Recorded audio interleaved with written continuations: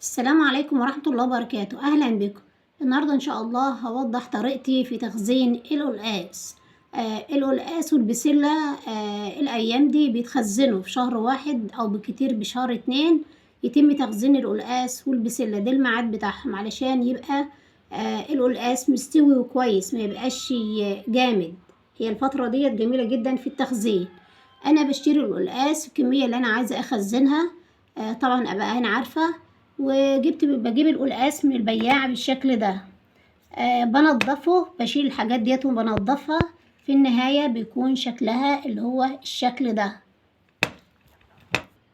بعد كده بجيب البلانشة بتاعتي اللي انا بقطع عليها، واجيب فوطة من فوط المطبخ نظيفة وبحطها على البلانشة بالشكل ده.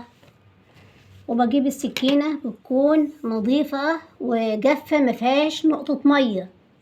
بعد كده بجيب القلقاسة بتاعتي وبنزل عليها حلقات، بقطعها حلقات زي البطاطس بالشكل ده. بعد كده هقطعها خطوط طولية بالمقاس اللي انا عاوزاه، هنشوف ازاي. بقطعها صوابع زي البطاطس بالشكل ده، بس طبعا تخينة. بعد كده بقطعها قطع مربعات على قد القطعة اللي انا عايزاه اطبخها. بقطع الصوابع بالحجم اللي انا عايزاه، كبير او صغير حسب ما احنا متعودين حجم القلقاسة قد ايه في طهي الاطعمة. قطعت القلقاس، بجيب كيس التلاجة وبعبي فيه قد ايه على حسب الوجبة بتاعتي. كل كيس فيه مقدار الوجبة اللي انا بطبخها. ما ينفعش احط املى الكيس واجي اعمل اقول لا ده كتير هاخد نص واسيب نص، لا، كل كيس فيه مقدار الوجبة اللي انا هعملها.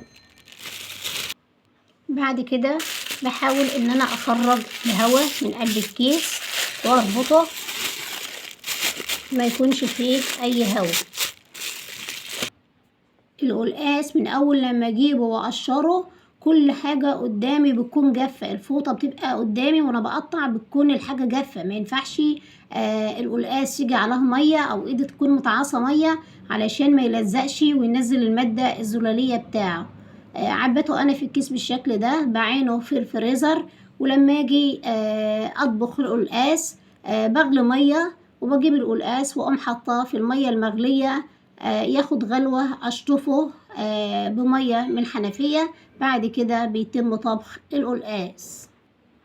وديت طريقتي في تخزين القلقاس، والسلام عليكم ورحمة الله.